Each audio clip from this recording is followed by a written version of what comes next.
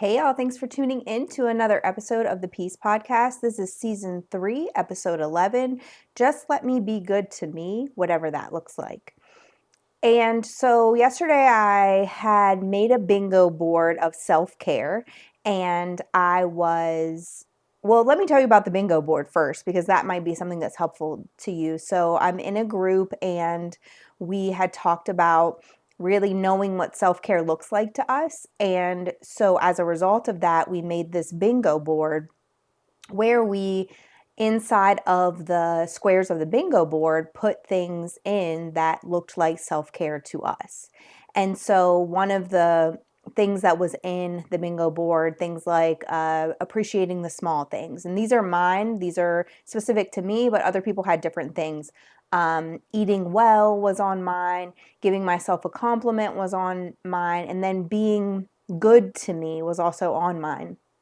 And there was also another one on there that was journaling.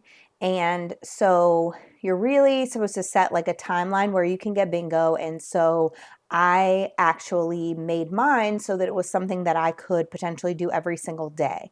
And so, yes, that gives me the potential to have bingo every day, but also it made me create a reminder to myself of the things that I'm prioritizing.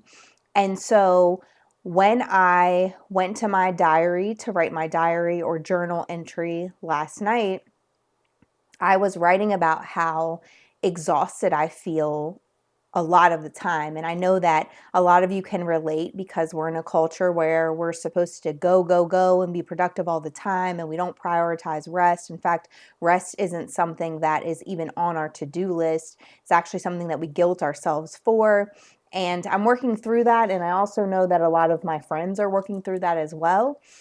And so when I was writing my journal entry, I was writing about how exhausted I felt, but how at the same time, like I have these priorities of people and what I want to be for people and how I want to be with the people in my life.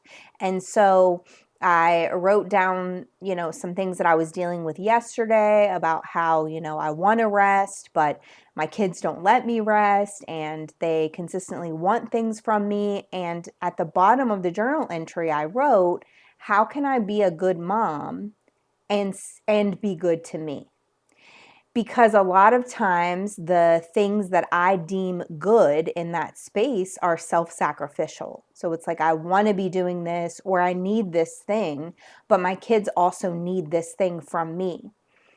And there are a couple of things that I'm dealing with in that area, and this does not just pertain to parenting, and I'll get there in a second. But there are a couple of things I'm dealing with in that area because my kids have a need for instant gratification, and me telling them to wait is not something that they love, but it's something that I might need in order to take care of me well. And so I was noticing that, their dumpster fire becomes my dumpster fire, and then I want to put it out immediately instead of placing boundaries around that thing. Or they're not used to me resting, so when I do rest, it's like they constantly need my attention, and instead of me putting some parameters around that time, I just say, okay, they won't let me rest, I'm not going to rest. And so it made me think, there are so many aspects of our lives where we're trying to be a good insert title here. And a lot of times we trade that in instead of being good to ourselves, and we think that we can become a good fill in the blank here without being good to ourselves. And that is untrue. And the reality is, the more you sacrifice yourself and the less you give to yourself and the less you prioritize and give attention to the things that you need, the less capable you are of being good at any of the things that you're prioritizing as far as titles are concerned. And so when I thought about some major points in that space, I thought about how we want people to treat us well. So in my case, it was I want my children to treat me well. I want them to consider that I might need rest. But we can't teach people to treat us well if we aren't treating ourselves well? This shows up in relationship, it shows up in work environments, it shows up in friendship. So if you're constantly allowing for things to happen that don't feel right to you, that don't feel in alignment with you, that don't feel like what you need, and yes, I know that sometimes a job is just that, a job, but there are times where you could advocate for yourself, stand up for yourself, assert yourself, and you don't, in the name of, well, a good employee sacrifices them in the name of doing what this person needs. But a good employee is quite typically the burnt out employee. That's the employee who is doing too much, who is accepting too much, and who places too much of a burden on their own shoulders without advocating for themselves. And we do this often with all of those areas. And the problem in that space is that if you don't even know what you deserve, if you haven't determined your value, worth, or what you need and should have in that space, you'll allow anybody to treat you any old way. And in relationship, this is an interesting dynamic because we are in relationship with people, whether it be friendship or romantic relationship, where we have these expectations of how we want to be treated. But if you aren't treating yourself that way, or at least having some sense of boundary around the way that you expect to be treated, then you can't expect the people in your life to follow suit. So if you want to teach other people how to treat you, then you have to treat yourself well first. And what might that look like? It looks like prioritizing your time. It looks like not allowing people to have full access to you at all times, because I think that in this day and age, because we have a device at our fingertips that we use to communicate with people, we have an expectation placed on us that if someone communicates with us, that we should answer and communicate back with them. We have an expectation for ourselves to consistently remain in communication with people. But then we wonder why we're fully drained, just like the battery on that day, because we need time to recharge and rejuvenate ourselves and to just sit with ourselves, and we can't do it, and we allow an expectation from other people. The best thing that I ever did around teaching people to that form of communication is to set boundaries around what would happen with that communication device. Just because I read your text message doesn't mean that I have to answer it. And just because I'm not answering it right now doesn't mean that I'm ignoring you. If I don't have the capacity at which to answer a text message, then I'm not going to answer it. And I might say something like, I'll get back to you on this. Maybe I don't answer it right now and then set a time frame that I'm going to come back to it.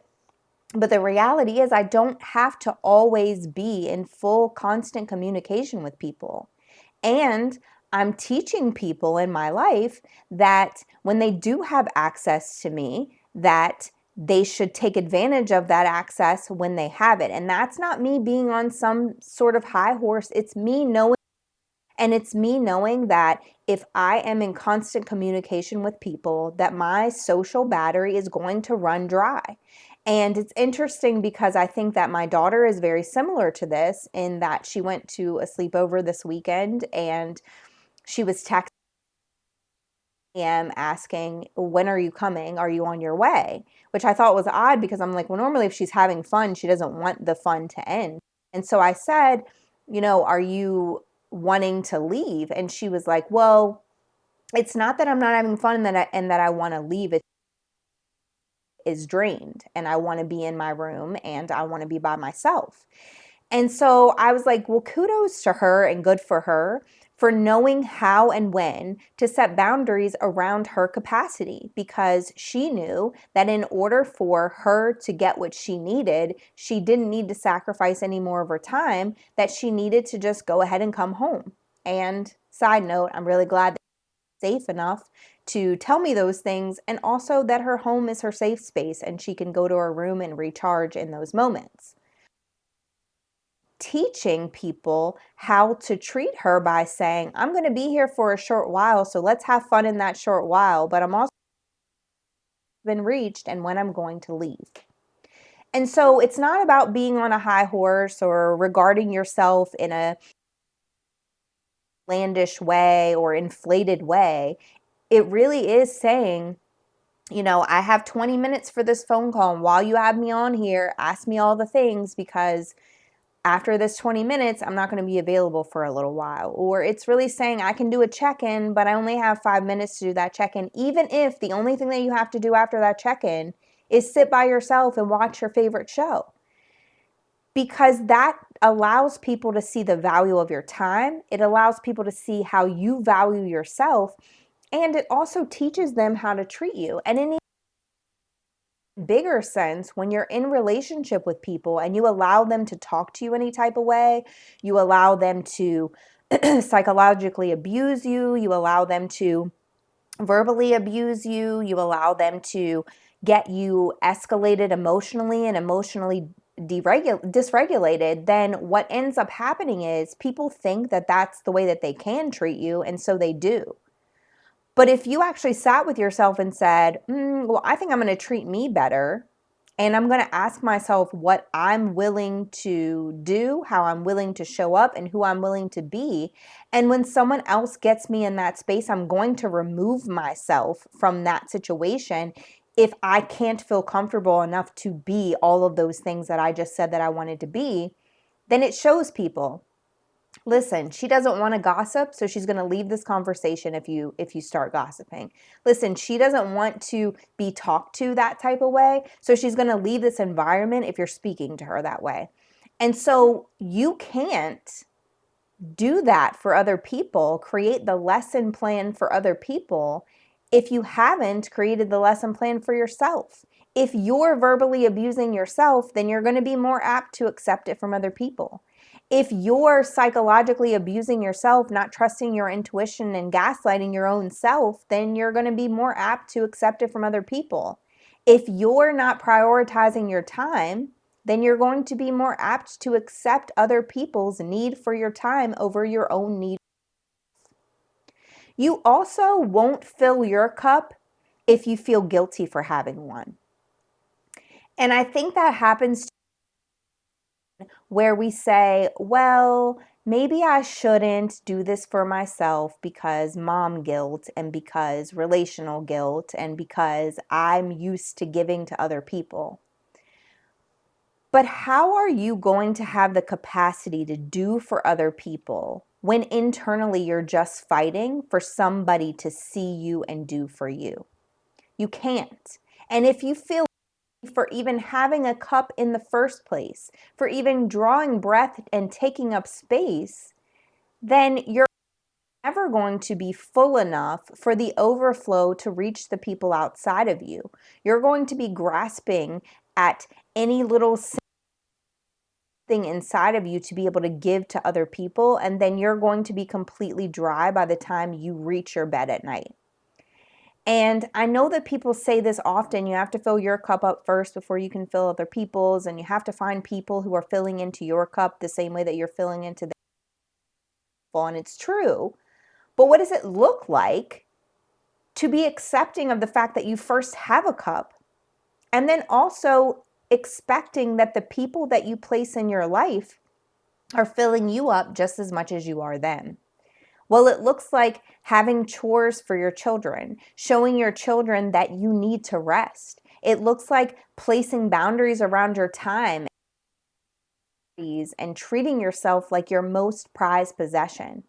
And how do we do those things when we're not used to accepting it from other people, but we certainly haven't started the journey to accepting and creating those spaces for ourselves?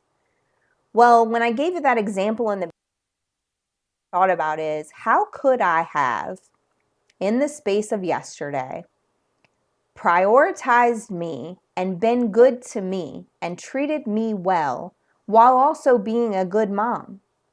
And it looked like saying, hey, listen, right now, I'm not going to do that for you.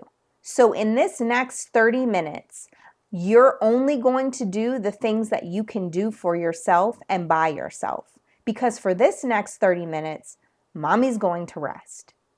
And that means that if you need something that you can't do for yourself, now of course I would have made sure that they were fully fed and made sure that they had access to all the things. Saying in these 30 minutes you're only going to do the things that you can do for yourself is still being a good mom. In fact, it's teaching your kids to be self-sufficient. And it's allowing you to treat you well for 30 minutes so that you can rest. So they can play with toys, they can do something quietly, they can get their own snack, they can get a drink that they can reach or whatever it is. They're not going to call your name, they're not going to ask you for anything, and they may only be able to hold out for 15, but even still you're going to say, oh, it's only been 5 minutes. You can figure that out on your own. Or go play this instead. But eventually they'll get the drift and they'll say, oh, these are 30 minutes. These are mommy 30 minutes. I'm going to leave her alone because she set a boundary around that. And what does it look like in that space to schedule your priorities? Well, it looks like, okay, so this morning I'm going to do this, this, and this with my kids, for my kids, and for my household. And this afternoon and evening, I'm going to do this and this and this with my kids and for my household, because those are things that I prioritize to be a quote unquote good mom. But for this 30 minutes, I'm going to schedule and prioritize this 30 minutes for me. And if you don't schedule it in there, you'll forget that you ever said that you were going to do it in the first place. But that 30 minutes to reach rest, you deserve that. It is okay to take that, and it doesn't take away from how good you are at this thing because you've decided to take some time to treat yourself well while you're in that space. And if you're treating yourself like your most prized possession and you're watching from an aerial view, wouldn't you suggest to that same person that she take 30 minutes to rest? And so sometimes you have to, until you can do it for yourself, you have to ask yourself, what would you tell your best friend to do? What would your best friend need in that space? If you're thinking about this relationally, you're going to set boundaries around how people talk to you, how they treat you, how they take up space. You might tell them that you only answer text messages for a certain period of the evening because you're going to do this, this, and this with the rest of your time. And you don't have to give them that boundaries around it. I'm not going to have those conversations with you. I don't want to be talked to this way. I'm not going to accept you speaking to me this way. And there's going to be a consequence, a cause and effect, if those things continue to happen. And you can schedule your priorities. You can say, okay, after I get off work today, I'm going to go to the gym and I'm not going to answer text messages while I'm there. On Sunday, I'm going to go to church for an hour and I'm not going to answer text messages while I'm there either. And if I don't feel like talking, I'm not going to answer that phone call, but I'm going to send a text back suggesting a new time for them to call me, because that's setting boundaries. If it's romantic, you have to say, hey, listen, I need a me day or a me hour or a me 2 hours. And it's not because I don't want to spend time with you. It's because I need to. Hopefully they'll respect that. And if they don't, then there's a boundary that you need to set around that too. In relationship, I need to have time to myself, and this is what I expect that to look like. If you were treating you like your most valuable possession inside of those relationships, what would you tell your valuable possession to do? What advice would you give to your best friend or your favorite people?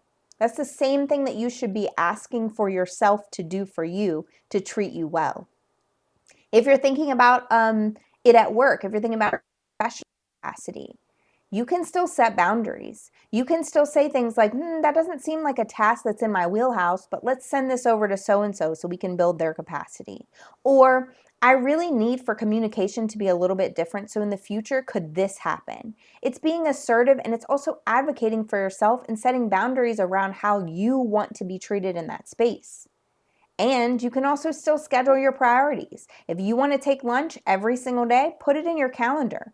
That 30 minutes is uninterrupted time. Now, does that mean that there aren't going to be times where that 30 minutes is interrupted? It doesn't mean that, but it means that you're scheduling it to ensure that you are prioritizing that thing because it's important to you to have a space in the middle of the day where you don't have to get interrupted. At work, we sometimes have an hour lunch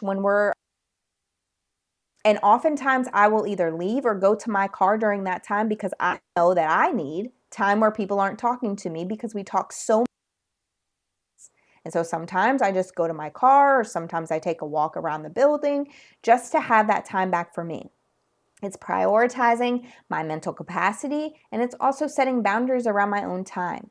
And if I had a friend who came to me and said, "This is how I'm feeling at work during the day, and we have to sit in the same room during lunch," I would be like, well, is there potentially an opportunity for you to be able to go outside and take a walk and not have to participate in conversation with the people who are in the room? And if that's something that you can do, then that's what I would suggest to my most prized possession. I would suggest that to my children. I would suggest that to my favorite people and my friends. So if you're in a space today where you're having trouble juggling the titles that you have and also treating yourself well, I would encourage you to remember that you are your most valuable possession. You are the you that's going to be with you forever, eternity. You are the you that's going to be with you. And that you deserves for you to be good at whatever your titles are, but also to be good to yourself. That you deserves for you to teach people how to treat you by treating yourself well. That person deserves, that you deserves for you to understand that it's not just okay for you to have a cup, but it should be standard and that you should be filling it yourself. And in order for that to happen, boundaries have to happen, scheduling your priorities have to happen, and you treating you like your most valuable possession has to happen. And the first way to make that happen, oftentimes when you can't be so kind to yourself, is to think about what you would tell someone that you were really close with if you were giving them advice and you were being kind to them, and start doing that thing for yourself. If this video helped you and resonated with you, go ahead and like and subscribe. Follow me on all of my social media channels. And remember that knowledge gained and kept to yourself is selfish, and all it takes is one click of the share button to share this with someone else so that they, in fact, may break free from the bondage that they're experiencing. So if you would kindly share that this message with someone else, click that button to share, copy the link, text it to your friends so that they too can be in a space where they start to see that being kind to yourself and treating yourself well is not just a luxury, it is a necessity. Thanks for tuning in, and I'll see you again next time.